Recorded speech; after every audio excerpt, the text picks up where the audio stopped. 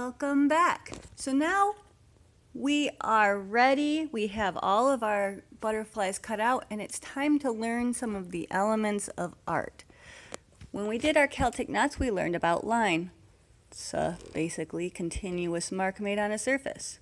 We learned about color, the color schemes, and we're reviewing those now on our butterflies. Now it's time to learn about shape and form. So the first thing we're going to do is talk about shape. Shape is the normal ones that we expect. Square, circle, triangle, things like that. But there are more shapes. There's organic shapes like our butterflies that can move around almost like a cloud. But the thing they have in common is that they are flat.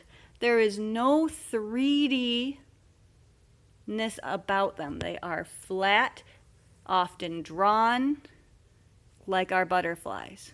So what about form? Let's go over and look at our butterflies. So I have two of my butterflies cut out, and right now they're both shapes. Now if I want one to be form, and I don't want all of them to be form, some of them I want to keep shape, I'm going to take that butterfly and I'm going to fold him up on either side, and notice that I'm leaving a little line here so that he's easy to glue down. Now my butterfly is casting a shadow. He's coming into 3D space. He is not flat. So this butterfly would be a shape and this butterfly would be a form. So what I'm going to do is I'm going to choose what butterflies I want to be forms and what ones I want to be shapes. I have to have at least one shape or at least one form. The rest can be how I choose.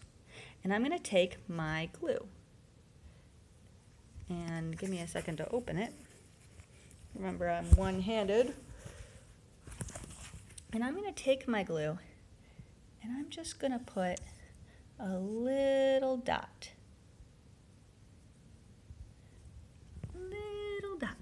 There should not be a whole bunch of glue everywhere. And I'm going to stick him down just like that. This simulates like the old scientific glass containers of butterflies that they label what kind of scientific thing each one is, except instead of labeling what scientific thing it is, we're going to be labeling its color scheme.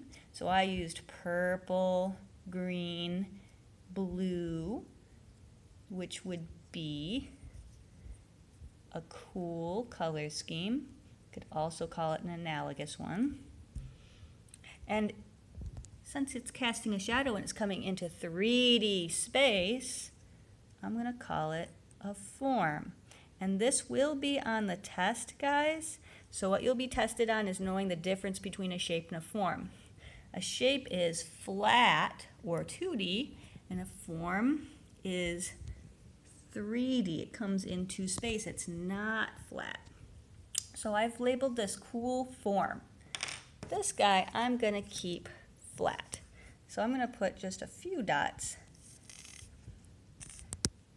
Just a dot on the wing, dot on the wing, dot on the wing, dot on the wing, dot on the body. And that's really all I need. Little tiny dots. Do not need to glue the whole thing down with masses and masses. Glue it down, and this would be a warm shape. Okay? And you're going to label all 7 this way. Now, anything you've made up, feel free to make up a color scheme. If you used 2 colors that aren't any of this, you could say, you know, I call this my heffalump butterfly, but you also have to tell me if it's a shape or a form. Your extra butterflies are extra credit. 1 extra credit point per extra butterfly up to a certain point. So let's make sure we're actually paying attention to this. So let's go look at the old final. This one was we used paint. So I have my name right across the top. You should be doing that, or the bottom. So we've got a warm form, cool form, monochromatic form. Remember, these are all forms because they're 3D. Primary form, analogous form, secondary form, complementary form.